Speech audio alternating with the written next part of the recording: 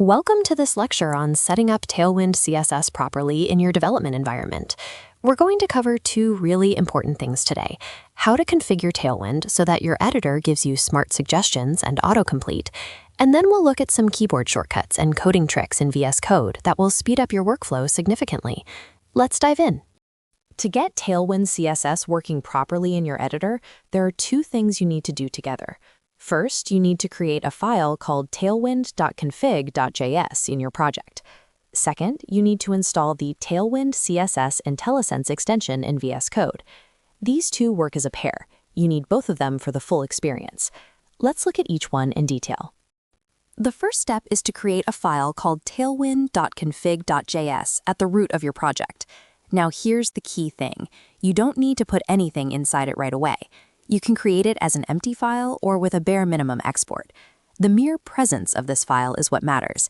It signals to the IntelliSense extension that Tailwind is being used in this project. This is a really important point that often confuses beginners. You might think you need to fill this file with configuration for it to do anything, but for the purpose of getting autocomplete and IntelliSense working, simply creating the file, even if it's empty, is sufficient. The extension detects it and activates. The second step is to install the Tailwind CSS IntelliSense extension in VS Code.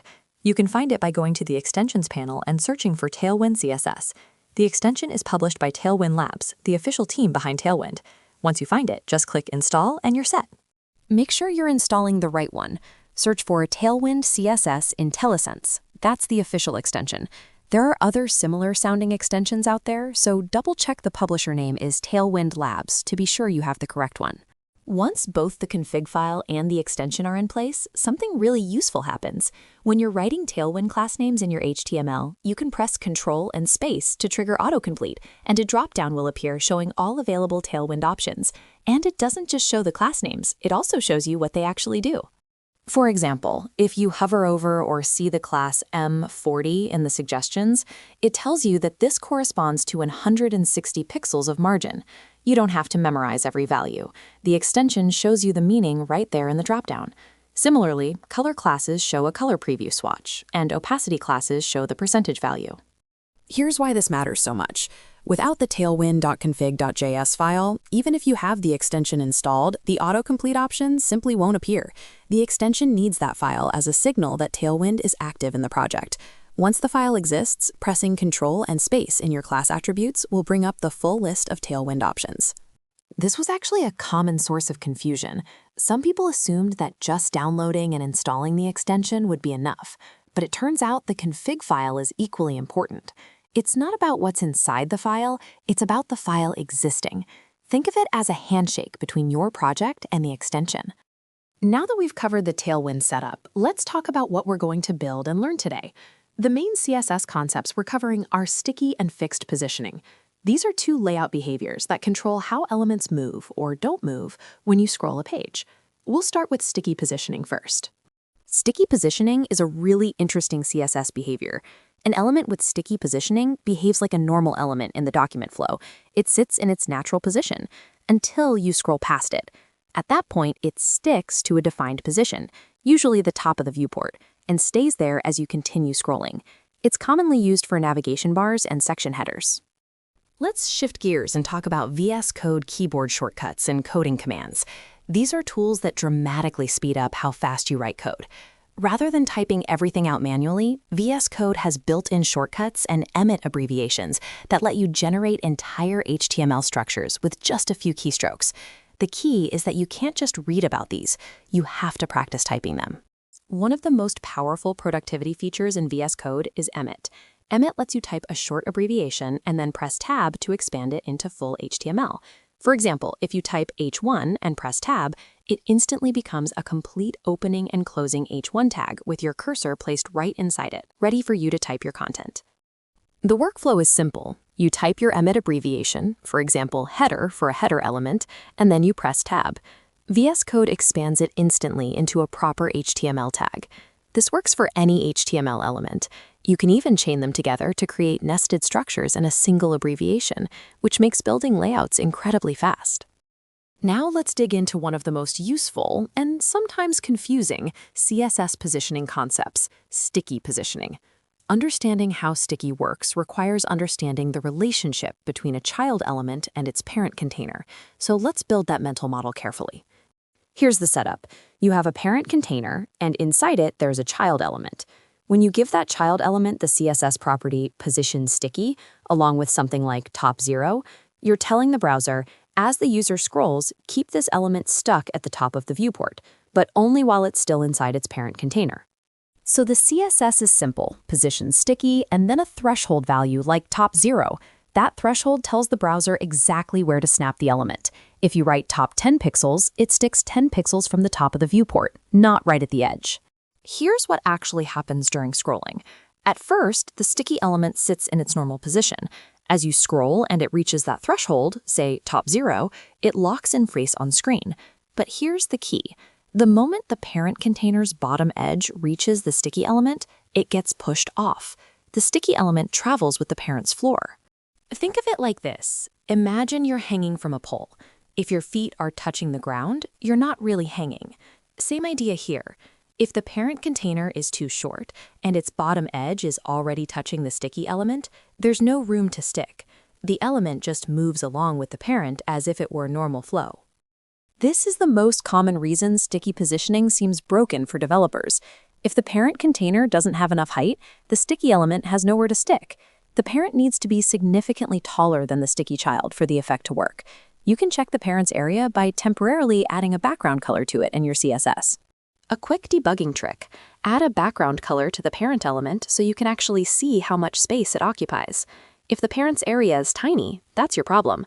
Give the parent enough height and your sticky element will behave exactly as expected. Here's a real-world example. Suppose you want your navigation bar to be sticky. If you apply sticky to the nav tag itself, its parent is the header, and if the header is short, sticky won't work. But if you apply sticky to the header element instead, its parent becomes the body, which spans the entire page. Now, sticky works perfectly. So the rule of thumb is always ask yourself, what is the parent of the element I'm making sticky? The sticky behavior is always scoped to that parent. If the parent is large enough, like the body element, you'll get the full page sticky effect you're looking for. Now, there's another issue that comes up with sticky: layering. Every positioned element in CSS exists on a layer.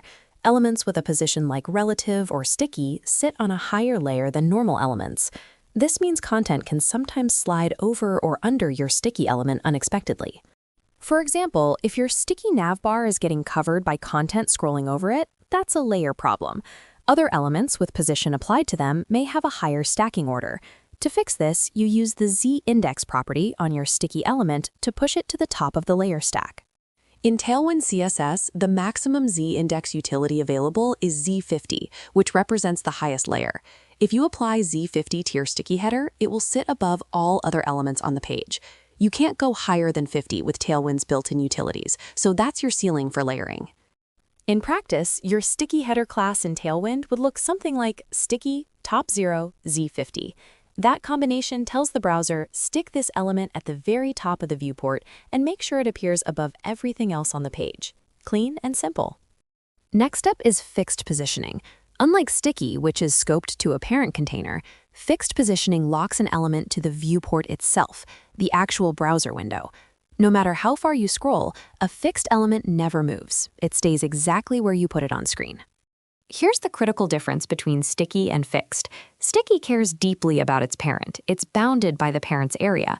Fixed doesn't care about any parent element at all. It positions itself relative to the viewport, the browser window, and stays there permanently, completely independent of the document flow. Here's how you'd build a fixed floating button in Tailwind. You use the fixed class, then position it with bottom 10 and right 10 to place it in the bottom right corner. Add z50 so it stays on top of everything, then use flex with item center and justify center to center the icon inside. One important pattern here: to make a perfectly circular button, you always start by making it a square, equal width and height. Then you apply rounded full, which gives it a border radius of 50%, turning the square into a circle. If you skip the fixed dimensions and just apply rounded full, you won't get a clean circle. And that's the power of fixed positioning. Whether the user is at the top of the page or has scrolled all the way to the bottom, the fixed element never moves. This makes it ideal for things like chat buttons, back-to-top buttons, cookie banners, or any UI element that needs to be persistently accessible. A practical tip on code organization: since fixed elements are visually independent of the document flow, it's easy to lose track of them in your markup. The recommendation is to always write your fixed elements either at the very beginning or the very end of your body tag. This makes them easy to find, edit, and maintain later. Let's shift gears and look at some VS Code shortcuts and Emmet utilities that speed up your workflow. These are the kinds of things that are hard to learn just by watching. You really need to type them yourself to build the muscle memory. Emmet is a shorthand system built into VS Code that dramatically speeds up HTML writing. For example, typing just div and pressing tab gives you a div tag. Adding a hash symbol and a name, like div-hero, gives you a div with that ID. Adding a dot and a name, like div.container, gives you a div with that class. These are the basics you'll use constantly. The dot notation always means class, and the hash notation always means ID. So header.navbar gives you a header tag with the class navbar. You can combine them too, like section hashabout.container, to generate a section with both an ID and a class in one keystroke. Practice these until they feel automatic. A few keyboard shortcuts worth knowing in VS Code: Alt plus the up or down arrow moves an entire line of code up or down, incredibly useful for reordering HTML elements. For undo and redo, Ctrl-Z undoes your last action. For redo, Ctrl-Y is the easiest to remember, though Ctrl-Shift-Z also works. These small shortcuts save a surprising amount of time. Continuing from where we left off with positioning, now let's look at how smooth scroll navigation actually works in practice. The idea is simple. When a user clicks a nav link, like Home or Projects, the page should smoothly scroll to that section. To make this happen, every section on the page needs a unique identifier, an ID attribute. Each section gets an ID that describes what it is: Home, About, Projects, Contact. Think of an ID as that section's unique identity on the page. And the key rule here is once you assign an ID to one element, you cannot reuse that same ID anywhere else on the same page. It belongs exclusively to that one element. Now, in the navigation links, to point to a section by its ID, you use the hash symbol, the £, followed by the ID name. So href equals #home targets the element with ID home. This is the same logic as using a dot for class selectors in CSS. Classes use a dot, IDs use a hash. The spelling must match exactly, case sensitive. By default, when you click a hash link, the browser jumps instantly to that section. No animation, no transition, just a hard cut. That feels jarring. To make it glide smoothly, there's a single CSS property that fixes this entirely. It's called scroll behavior, and you set it to smooth. The important detail here, and this is a common mistake, is that this property needs to go on the HTML tag, not the body tag. The instructor discovered this firsthand. Applying it to body didn't work, but moving it up to the HTML selector made it work perfectly. One line of CSS, and all your anchor navigation becomes buttery smooth. Now, let's talk about a very practical use of fixed positioning, the scroll to top button. This is that small circular button you often see floating in the bottom right corner of a web page. No matter how far you scroll, it stays exactly in place. That's the power of position fixed. The element is taken out of normal document flow and pinned to the viewport. The button is positioned with bottom 10 pixels and right 10 pixels, which places it 10 pixels from the bottom and right edges of the screen at all times. The z-index is increased so it floats above all other content. Then it's styled with a background color, white text, and equal height and width to make it a square. And then border radius 50% turns that square into a perfect circle. One of the most common layout tasks is centering an element inside a container. Flexbox makes this straightforward, but the key insight is that you apply the flex properties to the parent, not the child you want to center. The parent controls the layout space. The child just sits inside it. Once the parent has display flex, you get two centering tools. Justify Content Center centers the child along the main axis, which is horizontal by default. Align Items Center centers it along the cross-axis, which is vertical. Together, these two lines place the child exactly in the middle of the parent, regardless of the parent size. There's one thing to watch out for. If the parent has no defined height, vertical centering has no space to work in. So when the instructor demonstrated this, he gave the parent a height, something like 90 viewport height units. Once the parent has a real area, the flex centering snaps the child right into the middle. Then you can remove the background color you used to visualize the space. When sizing elements relative to the screen, viewport units are incredibly useful. 100 VH means 100% of the viewport height, exactly as tall as the visible screen area. 100 VW means 100% of the viewport width. These units respond dynamically to whatever screen size the user has. One practical issue with using 100 VH is that a fixed or sticky navbar can overlap the top of your section. So in practice, the instructor adjusts the height to something like 90 VH instead, leaving just enough room so the navbar doesn't hide the top of the content. It's a small but important real-world adjustment. A student asked a great question. How do you make the navbar hide when scrolling down, and then reappear when the user scrolls back up? This is a behavior you've probably seen on modern websites. The answer is that CSS alone, including sticky and fixed positioning, cannot do this on its own. This requires JavaScript. The instructor explained the logic clearly, even without writing the full JavaScript yet, because at this stage of the course, JavaScript hasn't been covered. The concept is JavaScript runs in the background, watches the scroll position, and when it detects downward scrolling, it adds a class that hides the navbar. When it detects upward scrolling, it removes that class, and the navbar comes back. The CSS handles the visual transition. JavaScript handles the decision-making. A quick but useful tip that came up during the session, the redo shortcut. Most people know Ctrl-Z for undo. For redo, the standard shortcut in most editors, including VS Code, is Ctrl-Y. There is also an alternative, Ctrl-Shift-Z, which works in some applications. The instructor mentioned that Ctrl-Y is generally easier and more commonly used, so that's the one worth remembering. At this point in the project, the portfolio website is taking real shape. The structure is built, the styling is applied, navigation scrolls smoothly between sections, and the scroll to top button is positioned and styled correctly. The one major piece still remaining is making the layout responsive, meaning it should look good on mobile screens and tablets, not just on a full desktop. That's where the next phase of the build picks up. Now we move into the role JavaScript plays alongside HTML and CSS. The instructor makes a key distinction here. HTML gives us structure, CSS gives us design, but JavaScript is what makes things actually do something. He calls it the logic layer. You can't make interactive behavior happen with HTML and CSS alone. That's where JavaScript steps in. JavaScript runs in the background constantly, listening and reacting. It's not just decoration, it's the engine driving user interactions, calculations, and real-time changes on the page. One of the first practical examples the instructor walks through is scroll detection. When a user scrolls a page, JavaScript can measure exactly how many pixels have been scrolled.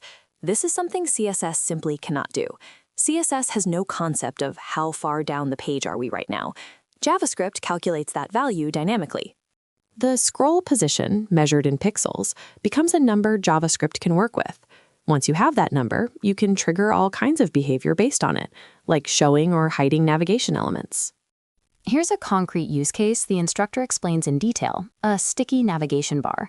The idea is straightforward. When you scroll down, JavaScript removes a class from the nav element till it hides. When you scroll back up, JavaScript adds that class back, making the nav reappear. The CSS defines what the class looks like. JavaScript decides when to apply it.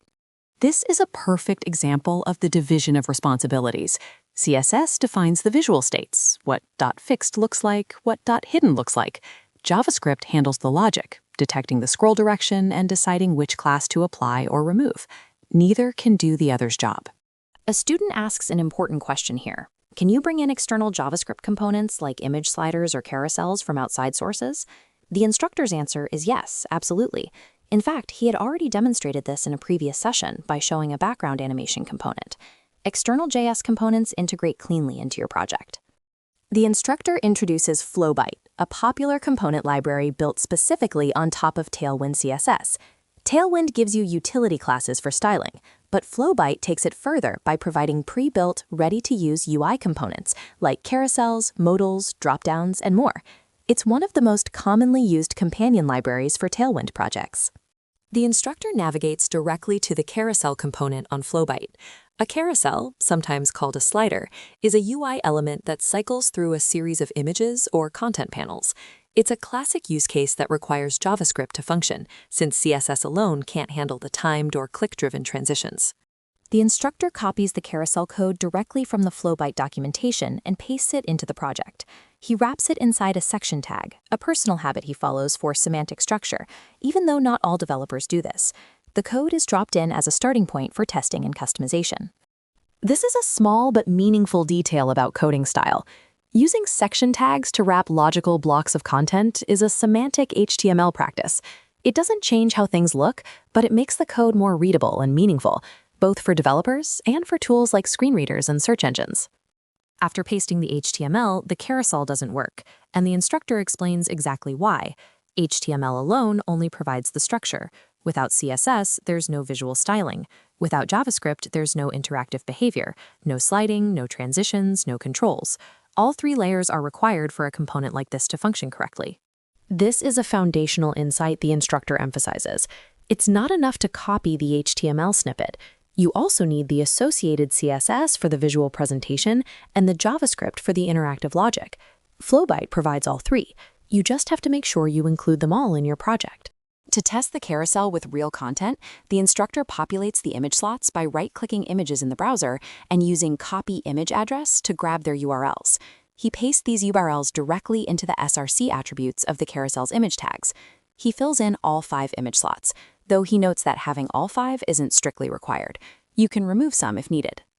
The instructor closes the section with a fundamental web development truth. You cannot build a complete, interactive web experience with just one or two of these technologies. HTML, CSS, and JavaScript are interdependent.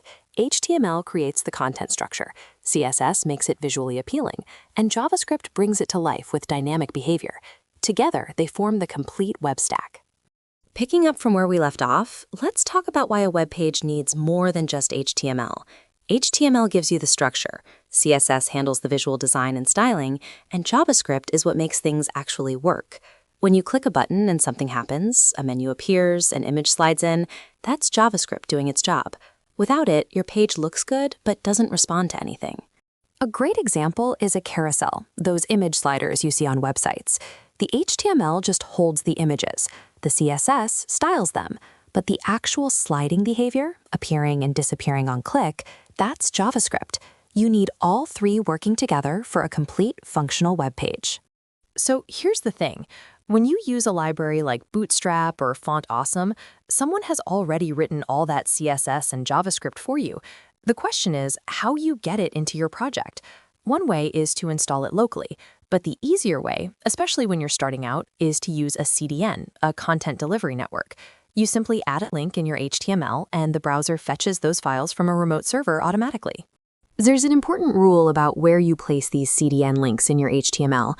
The CSS link always goes at the top, inside the head section, because the browser needs to know the styles before it renders the page.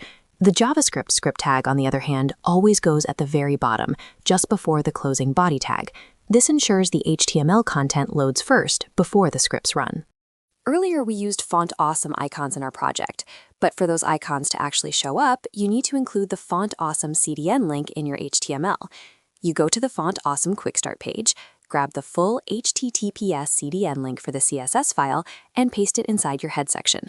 Once that's done, every Font Awesome icon class you use in your HTML will render correctly. The CDN link is just a full HTTPS URL pointing to a CSS file hosted on Font Awesome servers. You can see it ends in .css, which confirms it's a status sheet. That's why it belongs in the head. Later in the course, you'll learn how to install these libraries locally using a package manager. But for now, the CDN approach is perfectly fine and much faster to set up.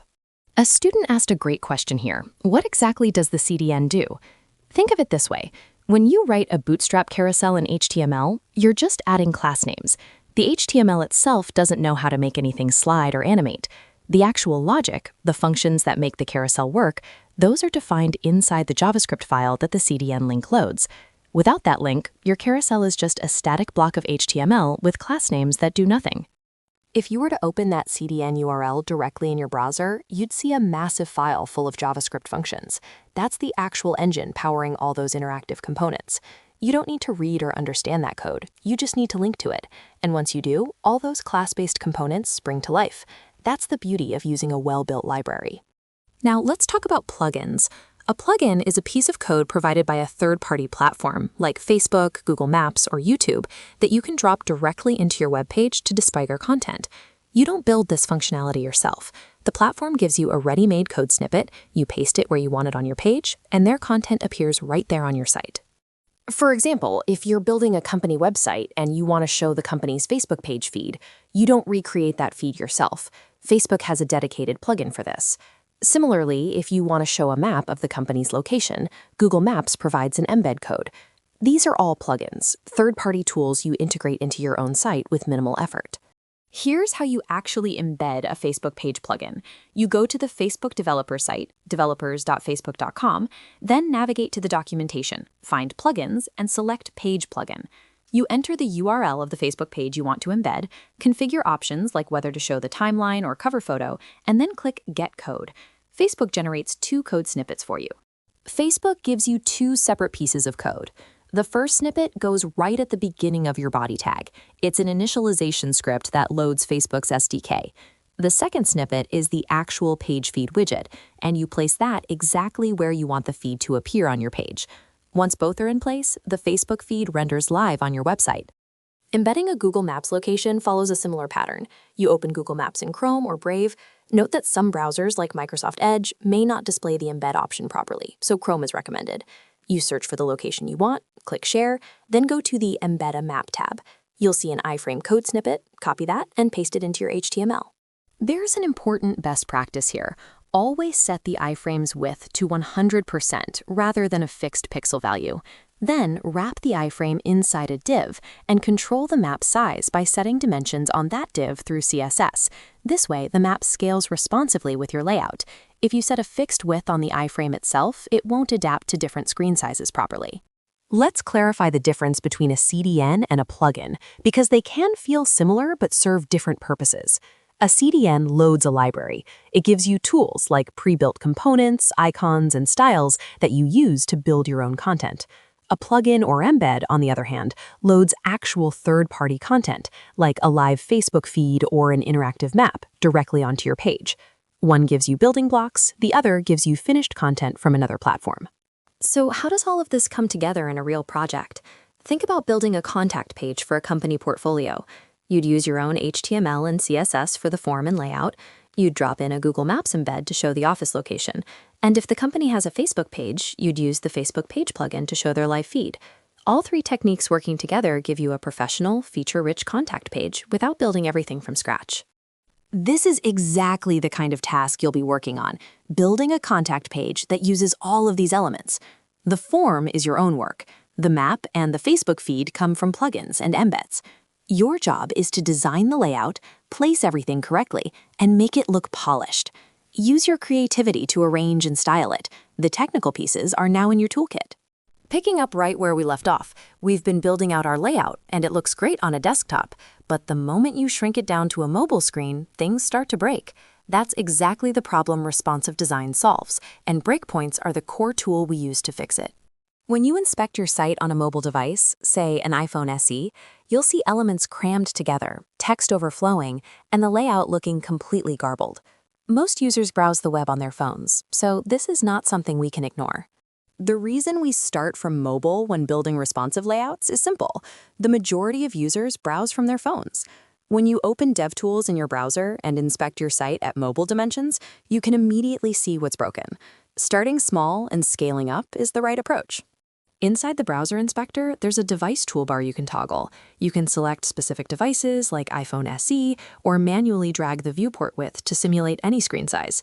This is how you catch responsive issues during development. Tailwind CSS comes with 5 named breakpoints: SM, MD, LG, XL, and 2XL. Each one corresponds to a minimum screen width. The default, with no breakpoint prefix, applies to all screen sizes starting from 0 pixels. Think of these as thresholds where your design can shift. As a rough mental model, the default and SM range covers mobile phones, MD covers tablets, and LG and above covers laptops and desktops. You don't have to memorize exact pixel values. Just remember this grouping as you build. Here's the critical concept. Tailwind breakpoints are mobile first, meaning a class without a prefix applies to all screen sizes. When you add a breakpoint prefix like SM or MD, that style kicks in at that width and carries forward to all larger sizes too. Imagine you set a text color to red by default. Then at the small breakpoint, you override it to yellow. Now everything from small screens upward shows yellow. Then at MD, you override it to green. From medium screens upward, it's green. Each breakpoint cascades forward. This is the key insight. You never need to redefine a style for larger breakpoints if it's already set at a smaller one. Once you write MD text green 500, large, extra large, and 2XL screens all inherit green automatically. This is what makes Tailwind efficient for responsive work. Let's look at a real example. Here we have a heading with 3 text size classes. The default text small applies on all small screens. At the MD breakpoint, tablets, it jumps to 2XL. And at LG, laptops, it becomes the massive 9XL, which is around 128 pixels. This single line of class names does the work of what would normally require multiple media queries in plain CSS. The browser automatically picks the right size based on the viewport width. That's why Tailwind is so powerful for responsive design. It's all inline, no separate style sheet needed. One of the most common responsive issues is Flexbox. By default, Flex lays items out in a horizontal row. On a large screen, that looks great, but on mobile, those same items get squeezed into a tiny row and the layout breaks completely. The fix is straightforward. Instead of writing just Flex, you write MD Flex. This means Flex layout only activates at the MD breakpoint and above. On mobile, the element defaults to block layout, stacking items vertically, which is exactly what you want. In the Hero section of our portfolio, the 2-column layout was breaking on mobile because Flex was applied globally. The fix is to replace Flex with MD Flex. Now on mobile, the content stacks vertically. On tablets and above, it switches to the side-by-side Flex layout. Notice that when you move Flex to MD Flex, all the Flex-dependent utilities, like Gap, Item Center, and Justify, also need the MD prefix. These properties only make sense when Flex is active, so they should all be scoped to the same breakpoint. You don't need to repeat them for larger sizes. Spacing also needs to adapt across breakpoints. For example, you might want a top margin on mobile to separate stacked elements, but that same margin would look wrong on a wider layout where elements sit side by side. The pattern is write the mobile style first as the default, then overwrite it at the MD breakpoint. So MT-4, MD-MT-0 gives you a top margin on mobile and removes it on tablets and desktops. This kind of fine-tuning is what makes a layout feel polished on every device. A classic responsive pattern is the navbar. On desktop, you show the full horizontal menu. On mobile, you hide that menu and show a hamburger icon instead. Tailwind makes this very clean using the hidden and MD block or MD flex utilities. The nav links get hidden MD flex, hidden on mobile, flex layout on medium screens and up. The hamburger icon gets MD hidden, visible by default on mobile, hidden once we reach the MD breakpoint. These two classes work as a toggle pair. As one disappears, the other appears. When the hamburger icon is tapped on mobile, we need something to appear. That's where the drawer component comes in. Flowbyte, the component library we're using, has a ready-made drawer. It slides in from the side and contains the navigation links in a vertical stack. The drawer has 2 parts, the trigger, which is the button that opens it, and the drawer panel itself. One important rule, the drawer element must be a direct child of the body tag. If you nest it inside the header, the fixed positioning breaks. Always place it at the top level of the DOM. One more tool worth knowing, Flex Call. By default, Flex arranges items in a row. Adding Flex Call changes the direction so items stack vertically. This is useful inside the drawer menu, where you want navigation links listed top to bottom rather than side by side. Inside your drawer, wrapping the anchor tags in a div with Flex Call gives you a clean vertical list. Since anchor tags are inline elements by default, they'd normally line up horizontally. Flex Call forces them into a column. This is a pattern you'll use constantly in mobile navigation. Here's the practical takeaway from all of this. You don't need to define styles for every single breakpoint. In most real-world projects, just MD and LG cover the vast majority of cases. Set your default styles for mobile, override at MD for tablets, and optionally override again at LG for large desktops. Keep it simple.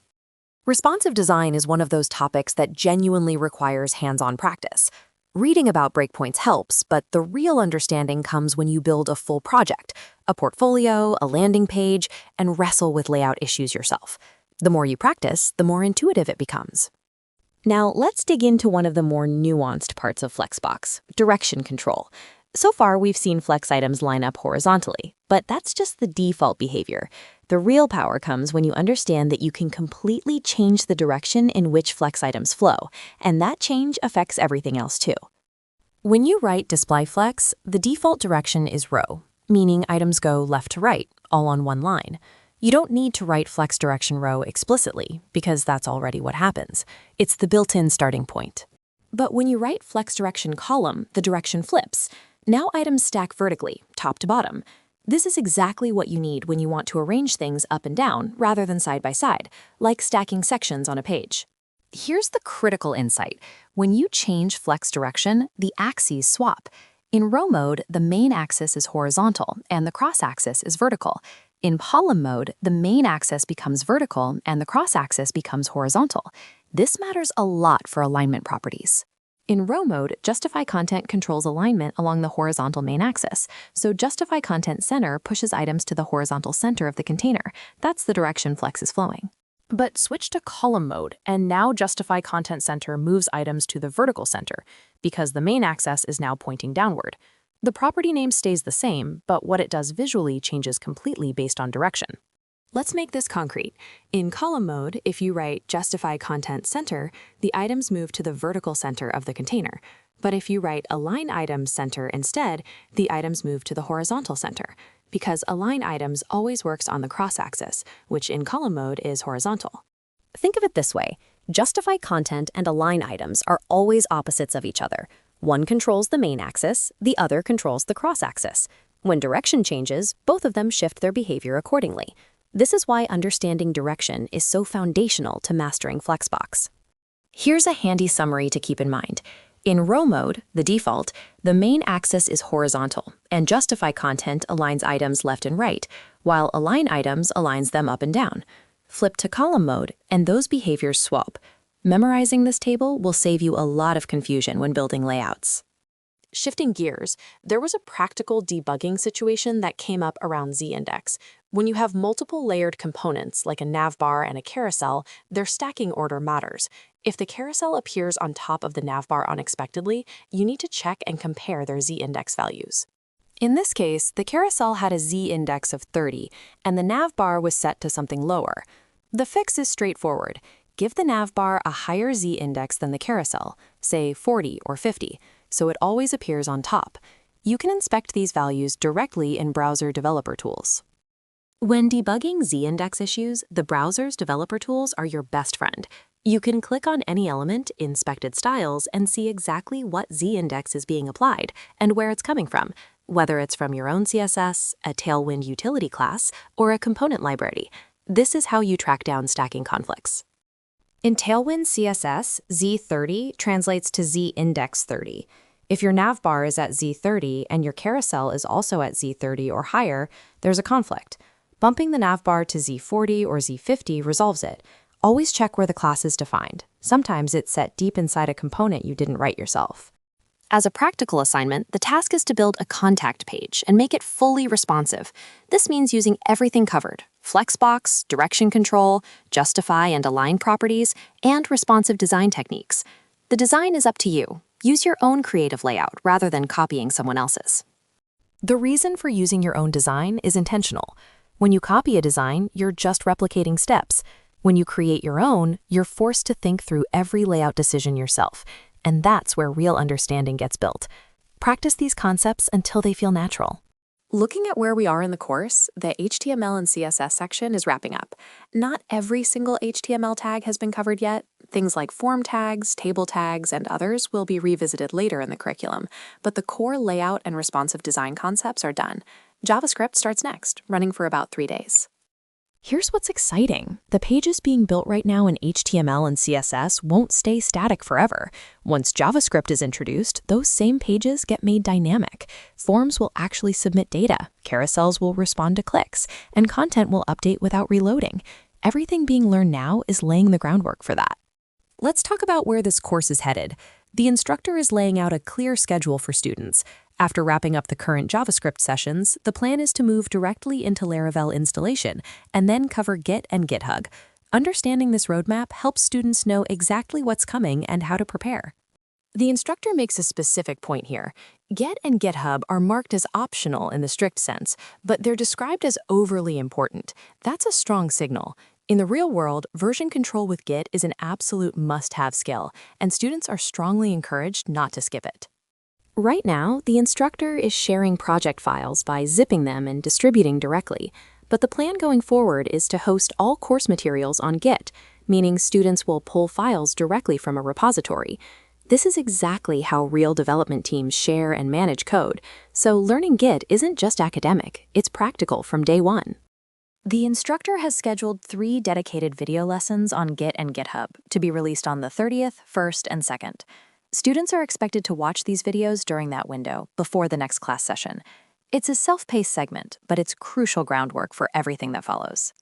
A student asks about how to install Tailwind CSS, and the instructor gives a refreshingly simple answer. You don't need a complex build setup to get started.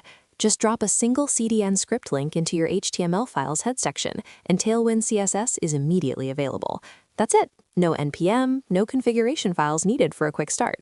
The key takeaway here is simplicity. The instructor emphasizes that for learning purposes, this CDN approach is perfectly valid. Once you place that script link in your HTML, you can immediately start using Tailwind's utility classes. For production projects, a proper installation with a build tool is recommended, but for learning, this method gets you up and running in seconds. A student asks a great question. When do you use justify content versus align items in Flexbox? The instructor explains it using the concept of axes. In Flexbox, there's always a main axis and a cross axis. The direction of your main axis is determined by flex direction.